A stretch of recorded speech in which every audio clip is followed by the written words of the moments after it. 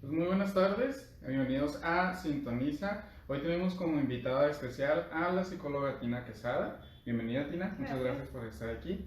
Ella es psicóloga, como lo comenté, es especialista en niños y adolescentes y el día de hoy nos va a hablar sobre el manejo de conductas negativas en niños, justamente, ¿no?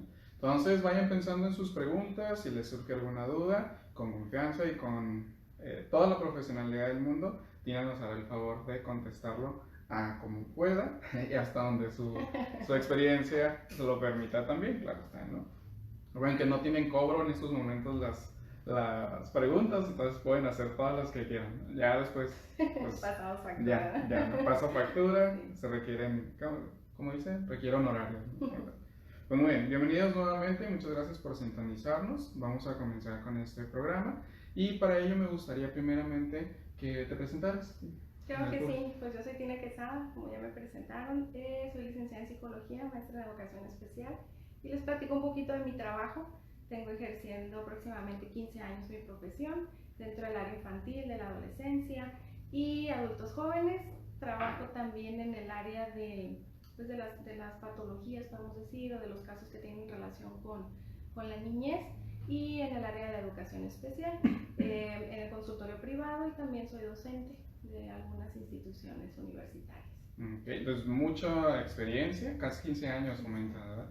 Además de no solamente en terapia, sino en otros ámbitos pues de psicología en general. Claro. Entonces sabrá decirnos mucho sobre lo que son las conductas negativas, ¿no?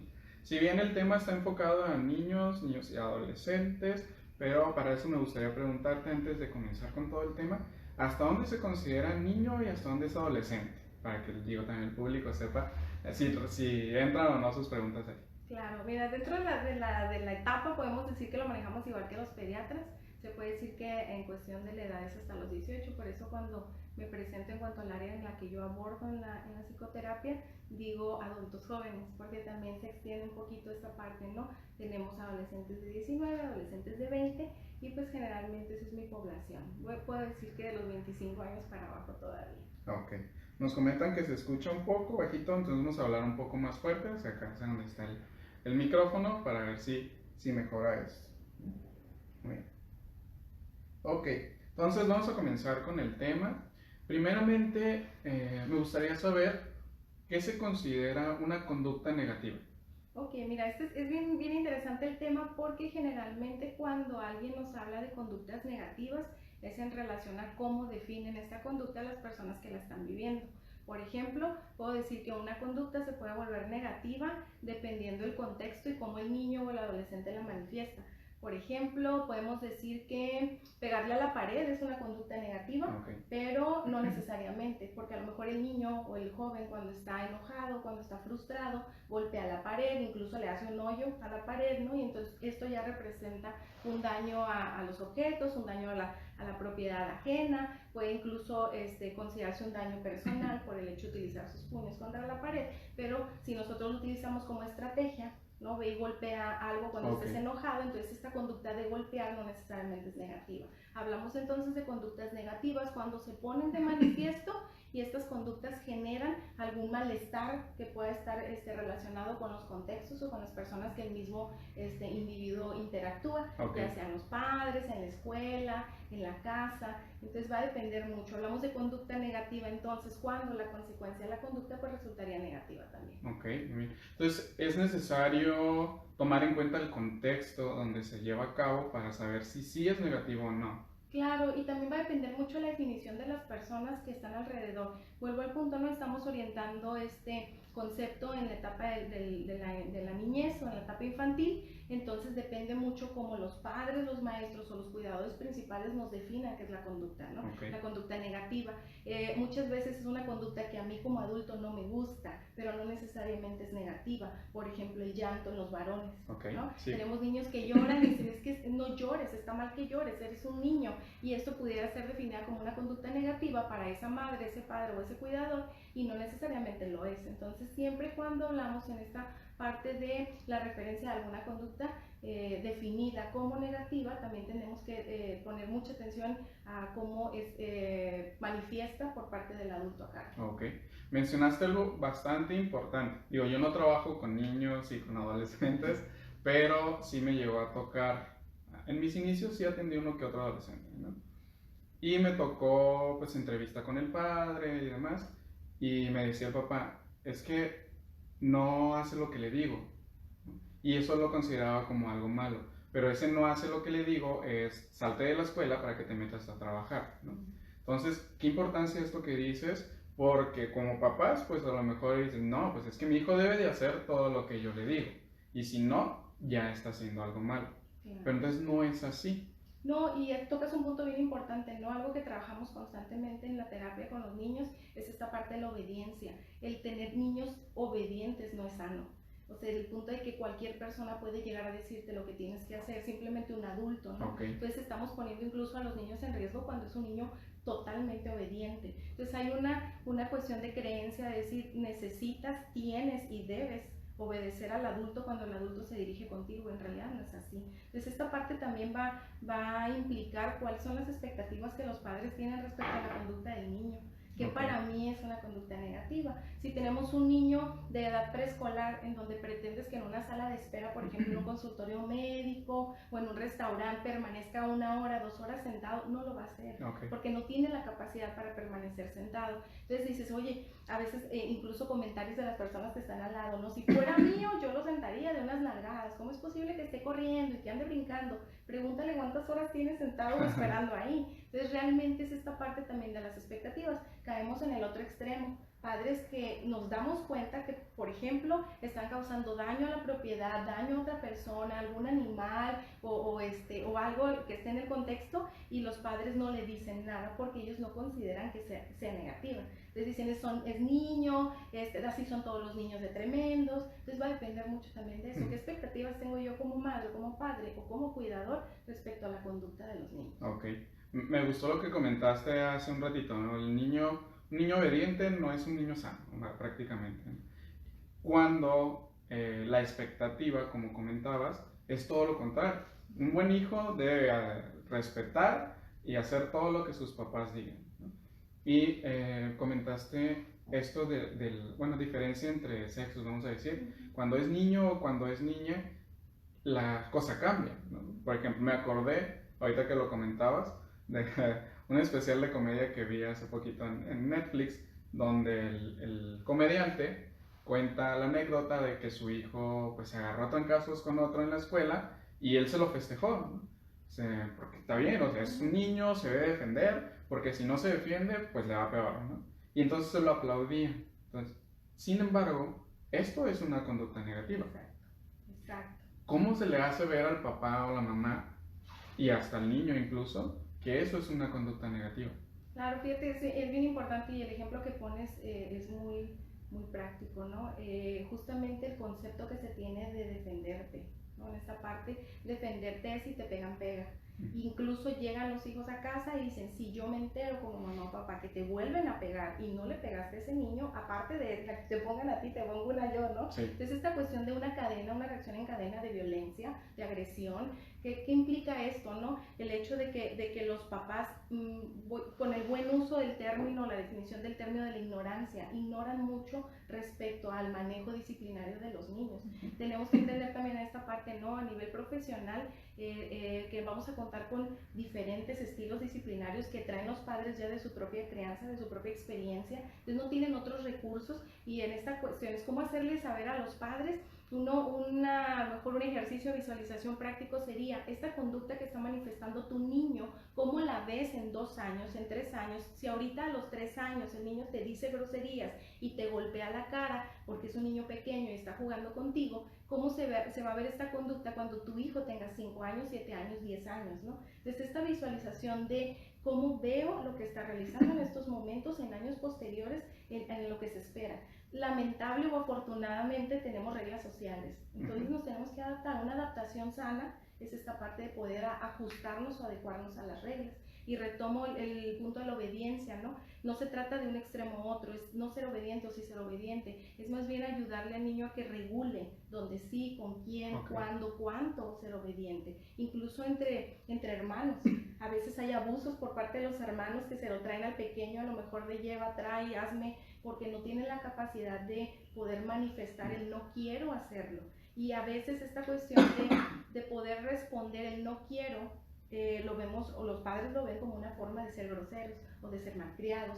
Simplemente es ayúdale a manifestar que no quiere hacerlo, y probablemente el tono que utiliza el niño o las palabras que utiliza el niño no son las adecuadas, pero sí el mensaje que quiere dar, no quiere, ¿no? Hay un tema ahorita que estoy como haciendo memoria, ¿no? En relación a esto, que ponemos mucho de manifiesto el saludar a las personas de beso.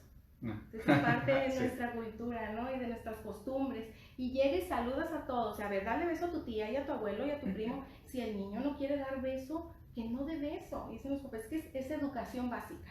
No, la educación básica, volviendo al punto de la regulación, es decir, vamos a ir a la casa con tus abuelos, van a estar tus tíos, tus primos, llegas y dices buenas tardes a todos. Si el niño no quiere saludar de beso, pero estamos los papás y ándale, no nos vamos a ir hasta que te despidas de beso. Entonces esta cuestión también hace que el niño se someta a muchas cosas que no quiere y va perdiendo poder de expresión, poder de expresar sus ideas, sus pensamientos, sus sentimientos, y cuando son adultos, que tú lo ves también en consulta, ¿no? Esta dificultad que tienen las personas para poder poner de manifiesto en cuanto a la palabra sus emociones. Entonces también hay que tener un poquito de conciencia, como les decía, cómo poder visualizar lo que estoy viendo en nuestros hijos, en nuestros pequeños, en nuestros adolescentes en etapas posteriores. Y qué difícil con los ejemplos que das, ¿no? Porque sí es muy común, saluda a tu tío. Me ha tocado escuchar como, si el niño tiene alguna especie de talento, en todas las fiestas el niño debe cantar, o el niño debe bailar, o el niño debe hacer algo, ¿no? Así similar al ejemplo de saludo de beso, ¿no? Y qué difícil ha de ser el poder cambiar cuando es una cuestión cultural, como mencionabas, en el que se cree que la educación es eso, es bueno, no sé ni cómo llamarlo, ¿no? Pero el obedecer al 100% a tus papás, vamos a ponerlo. ¿Cómo se le hace entender entonces al papá y a la mamá que eso no es una educación adecuada? Claro. Principalmente, ¿cómo le vas a decir tú cómo educar a sus hijos, ¿no? Que ya entran acá a la resistencia de los papás? Sí, definitivamente. En algunos casos ha sucedido, ¿no? En mi trabajo profesional, que me cuestionan, llegan los padres buscando orientación y, por ejemplo, me dicen, ¿tú tienes hijos? Porque si no tienes hijos no sabes de lo que estás hablando. Vamos a suponer, sí tengo un hijo. ¿Qué edad tiene tu hijo? 2 años. Entonces no sabes porque el mío está en la adolescencia. Y si el mío está en la adolescencia, entonces, no sabes porque el mío es adulto. Entonces esta parte de decir, bueno, ¿qué tan capacitados estamos nosotros para poder orientar a los padres y que se puedan dar cuenta de que estas conductas definidas como negativas, que muchas veces es el motivo de consulta que los trae a la búsqueda de orientación, realmente representa para el niño un sufrimiento? Eso es algo bien importante. El hecho de que el niño sea, por ejemplo, el agresivo, el violento en la escuela y que no pueda socializar o nadie se quiera juntar con él, y la mamá dice, es que le tienen respeto. Llega mi hijo y nadie le dice nada, nadie le dice nada ni para bien ni para mal. Es un niño invisible dentro del grupo. Entonces eso genera sufrimiento para los niños, ¿no? Sabemos que el primer grupo socializador de un ser humano es la familia, y el segundo es la escuela, es su contexto segundo, ¿no? Es decir, bueno, van a llegar a interactuar, y si no hay una interacción saludable y claramente adaptativa dentro de los contextos sociales, pues el niño cae en un sufrimiento. Sí, muy bien. Además de la violencia, ¿qué otras conductas pueden tacharse como negativas? Digo, a manera general, sin casos específicos. Sí, generalmente lo definen los padres como lo que son los niños groseros. Okay. Y vamos a entrar en esta parte clasificación, ¿no? de los papás. El niño grosero es el que no responde cuando le hablas, el que tuerce los ojos cuando le hablas, el que estás platicando con él o diciéndole algo, se da la vuelta y se retira. ¿Qué puede ser, no? El niño que... ¿Qué otra cosa? Se me fue. Por ejemplo, pudiera ser, el niño que verbalmente emite groserías, ¿Qué otra cuestión? Es eso prácticamente, ¿no? Aquello que socialmente, fíjate que eso es bien interesante porque a veces cuando revisamos ese tipo de conductas, entra en el papá esta cuestión de la evaluación como padre. Por ejemplo, si mi hijo emite una grosería delante de la reunión y todos lo voltean a ver, entonces eso es qué mala madre está haciendo porque no lo estás creando bien. Muchas veces las conductas negativas son definidas por mi evaluación como madre. ¿Estoy haciendo un buen trabajo o no estoy haciendo un buen trabajo? Entonces esta parte también es importante, vuelvo al punto. Hay muchas palabras que son mal utilizadas por los niños, probablemente aprendidas en los mismos contextos que interactúan, las repiten y cuando el niño emite una grosería, entonces el papá ya lo castiga o ya le pone una consecuencia y ni siquiera se detiene a preguntarle realmente qué significa la palabra que acabas de decir, ¿no? Dime qué significa esto que acabas de decir. No nos detenemos. Entonces el punto de cómo la sociedad o las personas con las que yo interactúo van a definir la conducta de mi hijo, que a lo mejor yo ni siquiera la había visto como negativa, tendrá que ver con la respuesta social. Y, por ejemplo, la manifestación de emociones, o de opiniones en general, ¿no? Comentabas hace rato, el hecho de poder decir, no quiero, que ya puede considerarse algo negativo, pero en general en cuanto a las emociones, estamos aún con todo este avance en un país todavía machista, en el que a los hombres específicamente no se les permite o está mal visto que expresen sus emociones.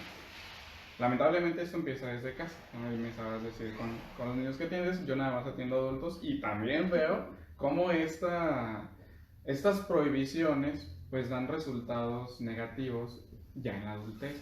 ¿Cómo le podrías, por ejemplo, tú como terapeuta, decir a un niño y también a la vez tal vez a los papás que está permitido expresar sus emociones? Claro, fíjate que ahí de entrada es una parte de la educación psicoemocional para los padres. Si los padres no saben identificar la emoción manifiesta, no la van a poder definir y no le ponen nombre. Si el niño está llorando porque algo le genera tristeza y yo le digo, ya estás de chillón otra vez, ya estás haciendo berrinche de nuevo, entonces desde ahí de cómo nosotros como adultos necesitamos aprender cuáles son las manifestaciones de nuestros hijos en cuanto a las emociones. No nos vamos muy lejos, a las básicas, ¿no? La tristeza, la alegría, el enojo, el miedo, la preocupación. Que decimos, bueno, cuando mi hijo realmente está preocupado, está nervioso, está asustado, cuando está triste y cuando está haciendo un berrinche. Pero si yo no puedo definirlas, no las identifico, no las defino, pues no se las puedo enseñar. Es diferente decir, ya estás de chillón de nuevo, otra vez ya vas a llorar, a decir, me doy cuenta que estás triste porque acaba de perderse tu lápiz, ¿no? Y muchas cuestiones a veces se minimizan. Por ejemplo, el niño está llorando porque se le rompió este lápiz. ¿Hay un lápiz? ¿Por eso estás llorando? Te compro ahorita un paquete si quieres. Entonces, ¿qué pasa? Que este lápiz justamente se lo regaló su amiguito en la escuela y para él representa algo que pues era su objeto, ¿no? Era un objeto a lo mejor con un significado afectivo. Entonces nosotros minimizamos, el adulto tiende mucho a minimizar las emociones del niño y pienso que desde ahí partimos. Sí. Pero si el adulto no las identifica en sí mismo, como decías tú, ya venimos, ¿no?, con los aprendizajes de nuestros propios familias. Sí, fíjate, en programas pasados, hasta ahorita es el primer programa con temática infantil tal cual, pero ya se ha tocado de cierta forma en otros, como en el proceso de duelo, por ejemplo. Ahorita que mencionaste lo de que los papás suelen o tienden a disminuir o a minimizar la emoción del niño, y se hablaba de cuando pierde una mascota el niño, ¿no? Cuando incluso que es una mascota con la que ni siquiera puede jugar, como un pez, ¿no? Que es el ejemplo perfecto. Desde ahí ya le están prohibiendo la expresión adecuada de sus emociones. Claro. Y por lo que me dices, también mucho puede mejorarse con el lenguaje, con el uso adecuado del lenguaje, digamos, ¿no? Porque tú lo comentas, ay, otra vez vas a llorar, a diferencia de me doy cuenta que te estás sintiendo X o Y.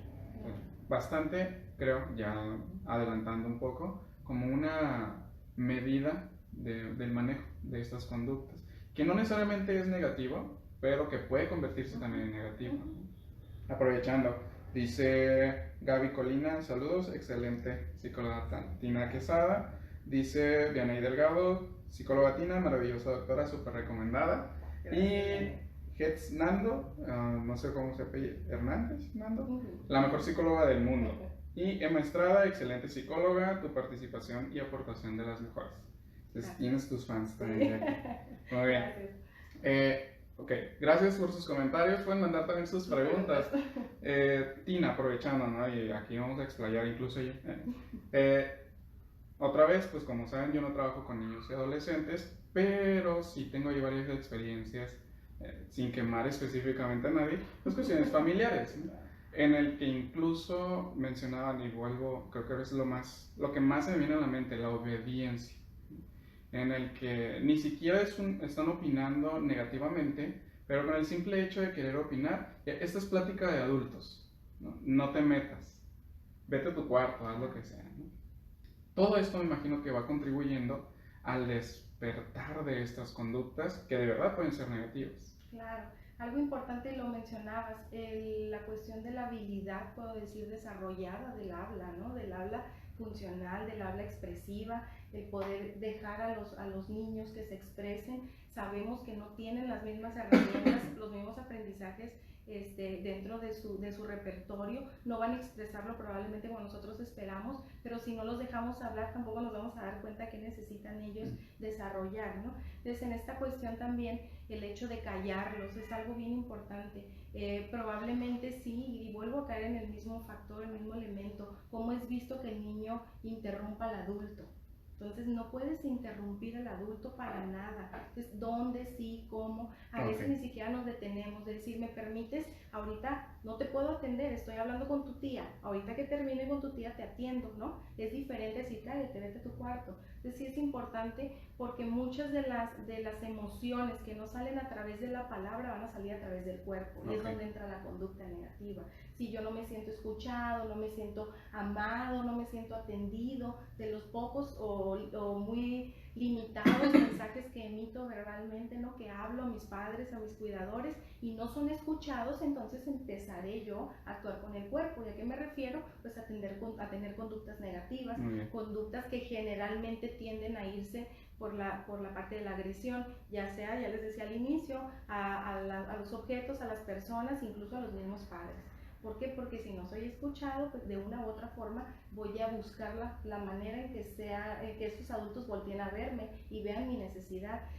¿Quién realmente se detiene a decir qué es lo que te está provocando el llanto? ¿No? Bueno, con estas palabras, ¿no? Pero ¿por qué estás llorando? No es lo mismo el por qué estás llorando con una forma de pregunta, decir ¿por qué estás llorando? ¿No? Como reclamo. Como enfado, como reclamo. Entonces, decir es que se me rompió tal cosa y perdí tal cosa, ahí es donde entramos nosotros, ¿no? En ciertas ocasiones, que también entraría la validación del personal, ¿no? Cuando aplica y cuando no aplica llorar. Porque sí hay personalidades, puedo decir así, que son más sensibles que otras. Sí. ¿Ok? Entonces hay niños que sí tienden más al llanto, niñas que tienden más al llanto, pero una de las cosas totalmente erróneas o de los mensajes erróneos que emitimos los adultos es que este niño llora por todo. No llora por todo. Claro que no llora por todo, ¿no? Llora frecuentemente o la mayoría de las veces o en algunas ocasiones. Entonces los niños no lloran por todo. Hay niños que sí son, digo, más expresivos a nivel del llanto y hay otros que no. Pero podemos nosotros empezar a, puedo decir, entrenar a lo mejor, ¿no? La manifestación por otros medios que por a través del llanto. Pero vuelvo a la cuestión, como es definida por el adulto, como es emitida por el adulto como una parte de reforzador, estás llorando porque eres un llorón, entonces yo adopto esta etiqueta, yo soy un llorón. Y al fin de cuentas después ya no me importa que me digan llorón, como me lo has estado diciendo, es como un taladro en la cabeza, ¿no? Está ahí, ya, yo me pongo la etiqueta y ya. Dime llorón y voy a seguir llorando, no pasa nada, no me importa que me digas llorón. Entonces sí es complicado, ¿no? En ese sentido. Entonces hasta ahorita, papás, para el manejo de conductas negativas, primero hay que trabajar con uno mismo, ¿no? Bueno, resumiendo un poco lo que has dicho. Tina, muchas veces, voy a generalizar, al escuchar conductas negativas se relaciona con parte de lo que ya hemos hablado, pero más con agresividad y demás hacia otras personas. ¿Qué pasa cuando esa conducta negativa, agresividad o demás es hacia el propio niño? O sea, que el niño se lastime, como decías al inicio. Sí, claro, fíjate, yo en este punto ya llega un momento, definitivamente considero, y en base a mi experiencia, ¿no? Con los casos que atiendo, es como el final del túnel, es esa parte de decir ya quise expresarme por todos los medios. Entonces, ¿sabes qué va relacionado mucho con los papás culposos? El papá que en su estilo disciplinario, por ejemplo, golpea y dice, es que yo no le pego a mi hijo, no lo lastimo, no lo violento, le doy una nalgadita, ¿no? Un pellizcón chiquito así, nada más. Pero eso sí es agresión a fin de cuentas, ¿no? Entonces, cuando esta parte en donde el padre también emite una conducta que tiene que ver con el daño hacia el cuerpo del niño, lo voy a poner en este sentido, el niño aprende. Decía padres culposos porque estos papás que generalmente lastiman a los hijos, cuando les cae el 20, cuando son conscientes de, híjole, no debí pegarle, ¿no? Van y le piden perdón a sus hijos por haberles pegado. Entonces, te quiero, te amo, perdóname por haberte dado una nalgada, pero es que te portas mal, te lo merecías, ¿no? Entonces, cuando yo pido perdón y te digo te quiero, te amo, significa que yo como sujeto me vuelvo un objeto de amor. Entonces, si a ti te duele que ese objeto de amor sea lastimado, pues lo voy a lastimar. Y a veces los niños, incluso los más pequeñitos, o sea, tengo niños de 2 años que van a consulta, ¿no? 2 años y medio, en donde el niño te ve a los ojos como mamá y se empieza a golpear la cabeza, a arrancar el cabello y se te queda viendo y diciéndote, ¿te das cuenta de lo que me estoy haciendo? Eso te duele, mamá. Eso te duele, papá, y lo voy a seguir haciendo porque no soy escuchado ni visto por otro medio, ¿no? Y de alguna forma lo tiene que manifestar. Definitivamente. Y decimos, ¿cómo es posible que un niño de 2 años y medio tenga esa conciencia de poder asociar un daño personal con un daño directo hacia los padres? Pues sí, efectivamente, porque es una cuestión de relación, es como la parte congruente, ¿no? Y hablamos mucho de esta cuestión, cómo un padre puede ser tan incongruente que le dice al hijo por medio de gritos, y pobre de ti que me vuelvas a gritar, ¿me entendiste? Entonces yo te estoy diciendo que no grites a través de los gritos. Si tú le vuelves a pegar a tu hermana, te voy a dar 2, te voy a dar 3, te voy a dar un cintarazo. Entonces, esta cuestión de la congruencia que tenemos en cuanto a nuestro comportamiento, tú lo decías muy acertadamente, para iniciar el control de las conductas negativas en los niños, necesito también inicialmente una revisión a mi persona como adulto. Si el adulto demuestra que no tiene control de sus emociones, papás que tenemos en el consultorio que cuando se enojan le pegan a la pared, avientan las cosas, azotan la puerta, o ya a niveles más elevados de violencia en la casa, pues ¿qué esperas del niño, no? Algo bien importante aquí es que cuando los niños están bajo un ambiente de este tipo, lo normalizan. Eso es lo normal, ese es su modus vivendi, es la forma en cómo viven. Si no tienen otros recursos externos, pues lo van a ir repitiendo constantemente, ¿no? Las interacciones que van teniendo. Y hablando ya un poquito, relacionándolo con la edad adulta, pues todo esto yo lo he reflejado, ¿no? Por ejemplo, comentaba de un paciente que pareciera, y conforme a su historia de vida y cosas de la sesión misma, que siempre se le ha permitido hacer todo lo que quiera y decir todo lo que quiera. Y entonces crecen, la edad que sea, pero crecen, y pues quieren que siga haciendo lo mismo, e incluso con el terapeuta. Digo, esto hablando ya de adulto. En la niñez, y así como lo comentas, pues es cuando va comenzando, todavía hay un poco más de oportunidad, o mucha más oportunidad de mejorarlo, solucionarlo. Así es, todavía en el niño hay una flexibilidad enorme, no te imaginas, incluso en el adolescente, ¿no? Pero en el niño pequeño, y hablando del niño pequeño, es el niño preescolar y los primeros 2 años de la primaria, si lo quieren ubicar en este contexto, ¿no? Todavía hay bastante posibilidad de hacer grandes cambios en cuanto a la flexibilidad de las conductas y que el niño pueda integrar otro repertorio. Aquí el punto es complicado, ¿por qué? Porque tendrá que desaprender lo que ya ha adquirido negativamente para aprender nuevas conductas. Ese es nuestro trabajo, ¿no? Sí. El que las familias, identifiquen que hay otros medios para poder interactuar con el contexto. Es decir, esta no es la única forma de expresarte, esta no es la única forma de hacerte escuchar, hay nuevas formas. Pruébalas y pues vamos a ver que tu adaptación y que incluso tu estado emocional es mucho más favorable practicando otro tipo de estrategias. Y hablaba de los adolescentes porque generalmente incluso lo escucho, ¿no? Con los alumnos que me dicen que no van a atender a adolescentes porque qué miedo, qué miedo, dicen, ¿no? Aquí uno presente de esos. Entonces dicen, no, adolescentes no, bueno, niños todavía porque dicen son muy moldeables, y adolescentes no, adultos pues el diálogo es un poquito, la interacción es más clara. Y en el adolescente hay algo bien interesante porque el simple hecho de que le prestemos atención a lo que está manifestando ya representa para él, vuelvo al punto, ¿no? De de ser visto por los demás. Las conductas de los adolescentes es una diferencia muy significativa en cuanto al niño pequeño o el niño escolar, en etapa escolar, al adolescente. Y estamos hablando en cuestión del inicio de la pubertad, de que son todos los cambios físicos y todo lo que representa, y del inicio de la adolescencia. ¿Qué es lo que sucede ahora? En la cuestión de las etapas normativas o lo esperado para las edades, estamos teniendo niñas que van a atención psicológica porque la madre no sabe cómo manejar que a los 8 años tengan su primer periodo menstrual. Entonces esto representa que implica que van a tener otras conductas que anteriormente no eran esperadas para una niña de 8 años o una niña de 10 años. Entonces esta cuestión se ha ido como modificando en la parte del desarrollo, y esperamos que cuando llega una niña de 8, una niña de 10 años, los padres refieren, es que se comporta como adolescente. Esto tendría que ser hasta los 15 o 16 años, pero hay muchas cuestiones a nivel del desarrollo que se han estado recorriendo en cuanto a las etapas, y me refería al adolescente. ¿Qué es esto? Llega un punto en la etapa del adolescente en donde él empieza a cuestionarse todo lo que ha aprendido por medio del contexto familiar. ¿Qué quiere decir esto? Bueno, voy a poner un ejemplo. Mamá y papá llevaban al muchacho todos los domingos a misa, y de repente ya no quiere ir y dice que es ateo, ¿no? Entonces dicen, ¿cómo? De un momento a otro ha cambiado, ¿qué le pasó? Y se persignan y toda la cosa. ¿Qué es lo que sucede? Que entonces ya empieza a darse cuenta que su identidad va a estar formada por sus propias gustos, preferencias, decisiones. ¿Qué hacen los papás? Castigan.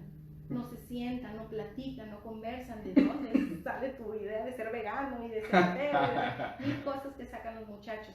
Y es algo que es muy cierto, ¿no? Que se escucha, entre más les prohíbas, más van a intentar hacerlo. Y no es la cuestión de ser rebeldes por naturaleza. El adolescente no es como la rebeldía problemática, sí se rebelan, claro, ¿no? Y es esta cuestión de decir, estoy surgiendo, estoy creciendo y me estoy dando cuenta que estas conductas que he adoptado o aprendido de mis papás, ya no las quiero seguir, y eso es negativo. Sí.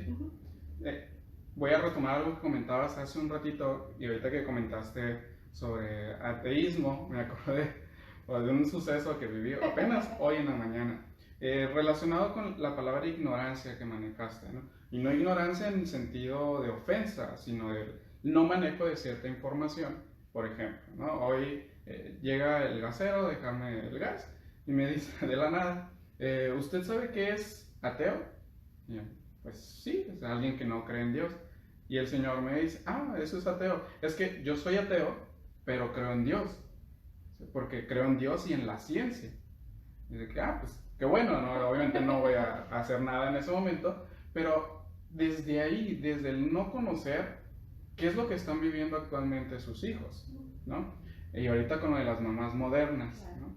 Entonces, no es nada más el poner atención, sino también empaparse del contexto que tiene el hijo, ¿no? Claro, y esto es bien importante, porque implica que conforme nuestros hijos van creciendo, nosotros como padres también tenemos que ir creciendo, y creciendo en conocimiento, creciendo en información. Decía por ahí un libro, ¿no? Que es muy comercial, muy leído por los papás. Hay dos tipos de hijos, el hijo oasis y el hijo maestro. Y decía, el hijo oasis es aquel que todo te lo pone bonito y te reconforta y todo, aquel hijo que no le haces caso porque no da problemas. Y el hijo maestro es aquel que te lleva a libros, psicoterapia, escuela para padres. Entonces es esta parte de si nuestros hijos formarán entonces ese camino de ir de la mano. Si mi hijo va creciendo, yo no puedo quedarme a ser mamá de un niño de 5 años cuando ese niño de 5 años ya tiene 12, y ya tiene 15, y ya tiene 18. Si yo no crezco de la mano con mi hijo, aprendiendo de la etapa, informándome, orientándome, entonces esta parte ya discrepante, que ya no está a la par, va a generar problemas, ¿no? Y en la definición de las conductas, el niño que supuestamente, o el joven que tiene conductas negativas, en realidad probablemente no sean negativas, es más bien que tú no has aprendido a poder manejar esas conductas propias de la etapa o de los gustos, preferencias. Y que hay mucha reticencia, espero haberlo dicho bien, de los papás, de algunos papás, a esta modernización, pero que es una modernización cultural de información, como lo comentas ahorita, ¿no? Y se quedan con, es que en mis tiempos era X o Y, ¿no? Por ejemplo, yo en mi trabajo, pues la mayoría de los adultos que yo voy a atender, pues sí son mayores que yo, y presento algo similar a lo que te dije, pues ¿qué me vas a enseñar tú, no? Sin embargo, no solamente yo, sino también los hijos tienen mucho que enseñar a sus papás. Desde esto de cómo utilizar un celular, por ejemplo, ¿no? Ahorita me acordé, YouTube está plagado de tutoriales que van desde cómo abrir PowerPoint en una computadora. Entonces, ¿qué recomendación puedes hacerle tú a todos estos papás que pudieran estarnos viendo referente a esta temática? Claro, fíjate que esto es importante también porque hay un miedo, hay un temor por parte de los padres que no se han actualizado y sabes a qué terminan llegando a eliminar, prohibir o minimizar, cortar la comunicación. No hay teléfonos, no hay tablets, es más, no hay internet en esta casa porque hay un miedo al desconocimiento y es normal tener miedo a poder picarlo, prender una computadora. Yo creo que a nosotros nos pasó en el momento de decir, híjole, nos cambiaron el sistema o la computadora, bueno, a mí me tocó las computadoras. Ya no hay disquete, ¿no? Ya no hay disquete, ya ni disco, USB. Ya ni USB. ¿no? Exacto. Entonces, esta cuestión de decir, bueno, vuelvo al punto que les comentaba anteriormente, necesitamos entrar en el mundo de nuestros hijos. Y si el mundo representa la tecnología, a veces, esto también no quisiera hacer como este paréntesis dentro de esto mismo, la conducta negativa, esperamos una respuesta distinta de nuestros hijos. Voy a poner un ejemplo, le preguntas a tu hijo de 15 años, oye hijo, ¿y cómo se abre una cuenta de Facebook, no? Ay, no. Entonces vuelvo al punto, me voltea los ojos para arriba, lo hace de mala gana, dicen los padres, tuerce la boca, ¿no? Entonces ya le estás preguntando y lo está haciendo. A veces no lo va a hacer de buenas, pero lo está haciendo. Entonces aprovéchalo, aprovecha esta parte en donde dices tú, bueno, voy a aprender y poco a poquito ir preguntando y conforme yo me voy empapando, pues también igual le voy a perder el miedo. Entraba en este paréntesis, te decía, porque a veces esta es la cuestión, dices, bueno, algo muy básico, quiero que mi hijo tienda la cama antes de irse a la escuela. Entonces estamos generando el hábito de que el niño antes de irse a la escuela deje su cama tendida. Entonces llegan los padres y dicen, sí la tendió toda la semana, pero chueca, ¿no? O no puso la sábana, o no puso la almohada. Vámonos por partes. Primero se genera el hábito y después vamos a perfeccionar la técnica. Y a veces decimos que lo haga y que lo haga de buenas. No, espérate que lo haga. Con buena cara. Con buena cara, ¿no? Igual la anécdota esta que sale de que dicen, si vas a ir con tu carota, mejor no vayas, ¿no? Entonces, si dices, bueno, pues yo no quería venir, pero me obligaste a venir, ¿no?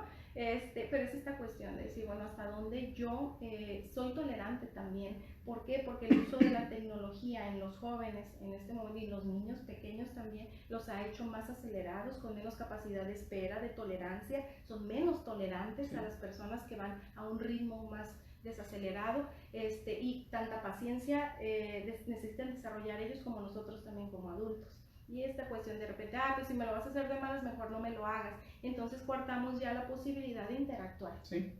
Mencionabas hace un momento el entrar en la vida de los hijos. Y regreso con lo de las mamás modernas, en el que me ha tocado escuchar ambas versiones, ambos lados. En el que yo mamá o yo papá soy el mejor amigo o amiga de mi hijo o hija. Y el contrario, mi papá o mi mamá es mi mejor amigo o amiga. ¿Qué tan saludable es realmente? No sé si se puede tal cual, pero que se digan es que es mi mejor amigo o mi mejor amiga. Definitivamente yo creo que es uno de los puntos donde me atrevo a decir que nada saludable, no es permitido, no es sano, no se vale. ¿Por qué? Porque los papás no podemos ser amigos de nuestros hijos. Podemos tener una relación amistosa con nuestros hijos, pero no olvidando que nuestro rol es ser padre o madre. El punto aquí es muy clásico, muy básico, muy simple. Allá afuera no van a encontrar madre y padre, pero allá afuera van a encontrar muchísimos amigos o muchos prospectos de amigos. Y los amigos se cambian constantemente. Tengo unos en la primaria y luego de la graduación de la primaria lloro y sufro porque los voy a tener para toda la vida y entras a primaria y secundaria y no te acuerdas de ellos, ¿no? Entonces, hay muchos mejores amigos, muchos, no sé, amores, mucho de todo, pero no hay papás y no hay mamás sustitutas. Entonces, eso es algo que no debemos olvidar. Hay una jerarquía. La jerarquía que son escaloncitos. El niño, los hijos van a estar en el escalón de abajo, los padres abajo, los abuelos, lo que sigue, y hay un respeto a la jerarquía. Entonces definitivamente no se puede. Tocas un punto bien interesante y creo que nos daría tema para muchas otras horas, ¿no? Otro programa. Otro programa. Y volvemos a las conductas negativas, vamos a ponerlo de manifiesto en este sentido. El papá que dice de que mi hijo se tome unas cervezas afuera, mejor que se las tome conmigo aquí en la casa, ¿no? Esto está para decir, lo hacemos, no lo hacemos, en donde se rompe este rol representado por el padre que dirige, el padre que guía, al padre que lo invita, ¿no? A hacer, o que el padre lo que tú mencionabas, hay que integrarnos a la vida de nuestros hijos, pero no de esa manera, ¿no? No de esa manera. El papá que dice, bueno, en lugar de esperarte afuera en el antro o en el bar, en el carro, pues me meto contigo y tus amigos, ¿no? Entonces, esas interacciones, exacto, ¿no? Esas interacciones no son sanas, no son sanas, porque se rompe entonces este vínculo paterno-hijo, ¿no? Sí, qué bueno que lo aclaras y de esta forma, porque se tiene esa, no sé si creencia, mito, leyenda o qué, de que para estar bien con mi hijo, pues necesito ser su amigo. Pero sí, justamente, y comparto la opinión que dices, ¿no? No es saludable. Separar saludablemente las relaciones, y como dijiste, relación amistosa, más no de amistad. Claro. ¿Sí? Pregunta Flores, ¿de qué manera se puede controlar a una niña de 3 años que llora cuando estamos en fiestas o lugares concurridos y con berrinches?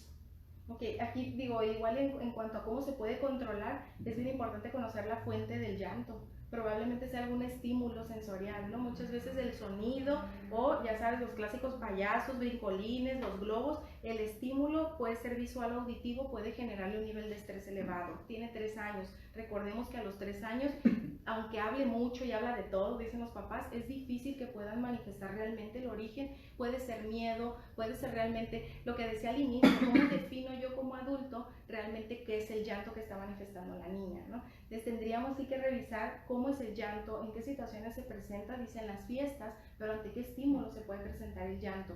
Lo que podemos intentar en este sentido es, bueno, la alejo un poquito del barullo de la fiesta y veo si la niña se tranquiliza un poquito. Okay. Vamos, digo, aclarando, estoy tratando de visualizar lo que comúnmente sucede. A veces hay niños que si no les das lo que piden, pues hacen berrinche. Si quieren el dulce, si quieren el globo, si quieren el payaso, puede ser lo quiero todo y no lo obtengo y hago berrinche, o no quiero nada y por eso estoy llorando. Entonces sí es importante inicialmente, obviamente, en esta parte definir la fuente de estímulo que le provoque el llanto. Algo importante es una niña pequeña, si no se siente cómoda en las fiestas y solamente es en las fiestas, pues entonces tratar de evitar que sea, hay una exponerla, pero fíjate, porque a veces dicen, bueno, y si no la llevo a las fiestas, pues cuando va a aprender a adaptarse a las fiestas. Pero hay que escuchar también cómo es la manifestación de la emoción, si llora de angustia, si llora de miedo o si llora de berrinche. ¿Okay? Si llora de berrinche, algo importante también, aunque los niños pequeños no puedan expresar con la misma cantidad, velocidad o calidad de palabras, no significa que no las escuchen. Entonces él te está escuchando, el niño pequeño escucha perfectamente lo que tú le dices. Hay que tener un equilibrio ahí. Okay. Al niño pequeño no se le da rollo, voy a decirlo así, no se le avienta rollo, las cosas claras. Si estás llorando, por ejemplo, para de llorar. ¿Qué necesitas? ¿Necesitas algo? Dímelo y vemos, ¿no? O sea, tratar de poder interactuar y poder descubrir qué es lo que la mantiene llorando. Y en el caso de que sea un berrinche, yo sé que el adulto va a decir, ¿yo por qué me tengo que perder la fiesta, no? Pero entonces, si tú continúas llorando, nos vamos a retirar de la fiesta. En el caso de que sea un berrinche, porque yo quiero pegarle primero a la piñata, porque no soy la cumpleañera y le quiero soplar las velas, entonces ahí sí te voy a retirar de la fiesta, nos vamos a ir. Entonces, y te tienes que ir. Entonces, cuando el niño pequeño se da cuenta que cumples la consecuencia, va a ir poco a poquito decidiendo si hace berrinche para no perderse la fiesta o para perderse la fiesta. Qué buen consejo. Entonces, es antes de querer controlar, identificar el porqué de las conductas. ¿Verdad? Dice Luisa Núñez, excelente psicóloga, mi niña Maite ha mejorado con el control de su conducta y manejo de emociones. Hablando ya de experiencia, tal cual. Carolina Díaz, te quiero mucho, amiga, The Best Psychologist. Y dice Katia Vanessa Castel, el sujeto se convierte en objeto. Qué buena manera de expresarlo. Saludos, profetina, desde CETIS. Mi maestra consentida, Mónica Mariana. Otra pregunta. Bueno, voy a ir con los saludos y regreso a la pregunta mejor. Carolina Díaz, saludos, amiga, estoy orgullosa de ti. Orgullosa de ser su alumna y aprender de la mejor, dice Alexa Ramos. Eres un orgullo para tus viejitos. Felicidades, Rosy del Castillo. Hablando de mamás. Y excelente maestra, dice Jacqueline Flores. Nuevamente saliendo todos los fans, muy bien. Bueno, esta preguntan sobre dónde atiendes. Al final, en la descripción del video, con permiso de Tina, voy a compartir su página y sus datos de contacto, los que pueda proveer, para que todos aquellos que les interese llevar a sus hijos, pues puedan contactarte. ¿Te parece? Gracias. Si para manejo de conductas y emociones del niño, ¿dónde atiendes? Pues igual eso lo podemos ver más adelante, ¿no? Pues muy bien, no hay más preguntas tal cual. Vamos a empezar a cerrar entonces, que ya casi nos acaba el tiempo. Primeramente agradeciéndote, como te decía, pues los niños y adolescentes no es mi tema, y mi intención con todos estos programas es pues traer este tipo de temáticas para empezar a trabajar con esa ignorancia que decías, ¿sí? Empezar a dejar de ser ignorante, y en el buen sentido, porque pues ignorante tiene una connotación que es bastante negativa, y la realidad es que pues simplemente implica que no conoces algo. Y qué mejor que empezar a conocer de todo esto de la mano de una experta, en este caso tú. ¿Qué nos podrías decir al público y a mí también como palabras finales para poder cerrar este tema? Sí, claro, mira, es bien importante aquí algo que trato de transmitir siempre desde el punto de cómo nos referimos a los niños. Los niños no son personitas, son personas, ¿no? Y eso es algo bien importante. Si nosotros no tomamos la importancia de que este ser tan pequeñito puede ser también dotado, ¿no? de esta necesidad de expresarse, de esta necesidad de atención, nosotros no vamos a poder guiarlos. Entonces esta cuestión de no por ser pequeño, no por ser un niño, no por ser un adolescente que nada sabe y que cree que nada le va a pasar, no requiere de nuestra atención, de nuestro afecto, de nuestra importancia. Entonces todos somos seres humanos, ¿no? Chiquitos, grandes, medianos, y como tal y como personas necesitamos ser tratados para que nosotros podamos tener un desarrollo óptimo. El manejo de las conductas generalmente, en la mayoría de los casos, tiene un origen emocional. Si las emociones no se expresan de manera adecuada o no se dan los medios o los espacios para ello, pues entonces el cuerpo va a empezar a manifestarse también. Sí, excelente, muchas gracias. Y muy importante saberlo, ¿no? Yo creo que me podrás respaldar, como dicen. No hay recetas, ¿sí? Porque muchos papás, muchas personas en general, llegan a consulta esperando eso, una receta mágica que me saque de mi problema, que me ayude a mejorar a mi niño y que ya no sea un mal hijo, como dicen. Así es. Sí, fíjate, pasa muy frecuentemente, ya para cerrar, ¿no? Esta cuestión, en la primera sesión me dicen los papás, ¿qué hago? ¿Qué me aconsejas? El trabajo psicoterapéutico no es dar consejos, y lo que yo le respondo siempre, dame permiso, permíteme para conocer a tu hijo. Cuando yo conozca a tu hijo, entonces vamos a poder adecuar las sugerencias que podemos trabajar, porque en esta parte de una sesión o de 2 sesiones, el poder darte recomendaciones, pues es muy sencillo googlearlo, ¿no? Sí. ¿Qué hacer conmigo? Pues no se berrinche, si no se trata de eso. Cada ser es individual, por eso es un individuo individual, y como tal tiene que ser atendido en sus necesidades. Exacto. Pues muchas gracias. Para cerrar, Tina, un saludo más que te mandan tus compañeros de secundaria, dicen Nigel, bravo, ¿sí? Gracias. Pues muchas gracias nuevamente, bastante interesante el tema, y creo que, bueno, si hay dudas, pues ya las podrán contactar profesionalmente. A partir de que se acabe el video, ya tiene costo las preguntas, ojo, nada más. Muchas gracias otra vez, Tina. No se pierdan el próximo programa, continuando con la temática infantil, y aprovechando que es el Día del Niño, el próximo martes estará con nosotros el psicólogo Carlos Muñoz, hablándonos sobre suicidio infantil. Sí, muy importante el tema, y pues claro, aprovechar el espacio infantil, vamos a llamarlo. Nuevamente, muchas gracias también a todos ustedes por sintonizarnos en este programa. Otra vez, por favor, no se lo pierdan, próximo martes, 6 de la tarde, suicidio infantil. Manden todas sus preguntas, sus dudas, y cualquier cosa, pues ahí nos pueden contactar a cualquiera de todos los invitados que pueden llegar a venir aquí. Muchas gracias y nos vemos la siguiente semana. Gracias.